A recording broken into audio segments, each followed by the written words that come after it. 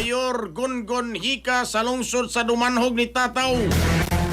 Nawalay bata nga namatay siyang lungsod tungod sa baksin mga katropa.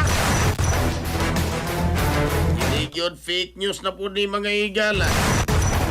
Detalye sa report sa Ronato kini pinagi sa pagpamati ni katropang Crystal Joy Felerca. Live report.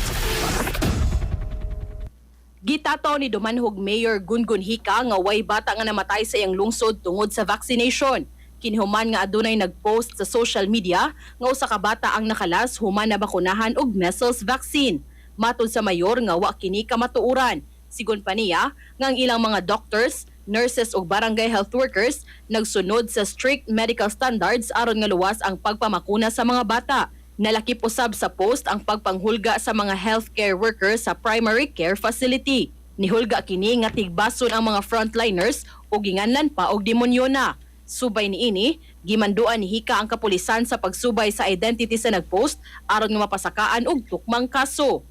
Samtang gimanduan na usab niya ang barangay officials ug mga tanod nga kuyugan ang mga health teams ato sa ilang house-to-house vaccination aron nga masiguro ang ilang kaluwasan. Nanawagan usab si Hika ngadto sa mga ginikanan nga di dayon motuo sa mga posts sa social media nga makahatag og kahadlok kanila ug moresulta na hinuon sa dili pagpabakuna. Gipangayo usab niya ang pagsalig sa mga ginikanan nga ang gibuhat nga pagpamakuna sa mga healthcare workers aron kini maprotektahan ang ilang mga anak batok sa measles. Mensahe usab sa mayor ngadto sa mga healthcare workers nga dili mahadlok batok niining mga pagpanghulga ug ipadayon ang ilang trabaho tungod kay nagpaluyo kanila ang LGU ug ang kapulisan.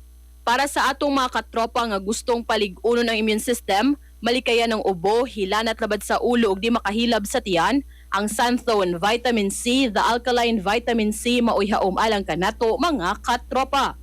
Alang sa nagkayusang Pilipino para sa Pilipinas, kininyong katropa Crystal Joy Felerca, XFM News. XFM report. Santhone Plus Gold, mapalit sa mga butika sa inyong lugar.